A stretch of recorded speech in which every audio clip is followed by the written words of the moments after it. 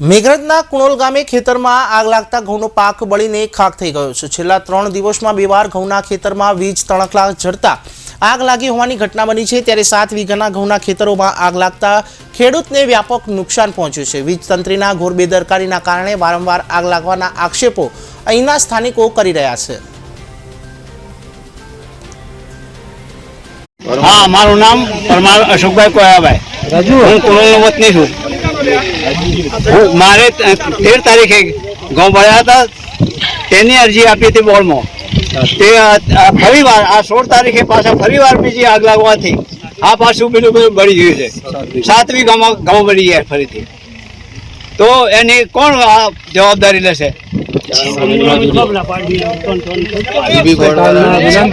તો સરકારને વિનંતી છે કે અમે કોઈ પણ રીતે અમને વળતર આપો।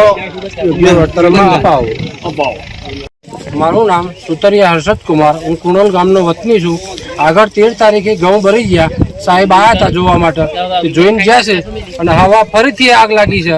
તો આના માટે જવાબદાર બીજી વાર ઘઉં ભર્યા છે, તો આના માટે જવાબદાર કોણ રહેશે? સરકાર રહેશે કે જીબી ખાતું રહે? એટલે આના માટે સરકારને એક અપીલ કરીએ છીએ અમે તો અમને યોગ્ય વળતર મળે। હું કુણોલ ગામનો વતની છું। મારું નામ વિનોદભાઈ છે। તારીખ 13/3/2025ના રોજ ખેતરમાં આગ લાગી હતી। તે દિવસે બોર્ડવાળાને અરજી આપી હતી। હવે આજની તારીખે મારા જ ખેતરની અંદર ફરીવાર અગ્નિ લાગવાથી 7 થી 8 મણ ઘઉંનું વાવેતર બળી ગયેલ છે। તો આની જવાબદારી કોણ લેશે? જીબી લેશે યા સરકાર લેશે?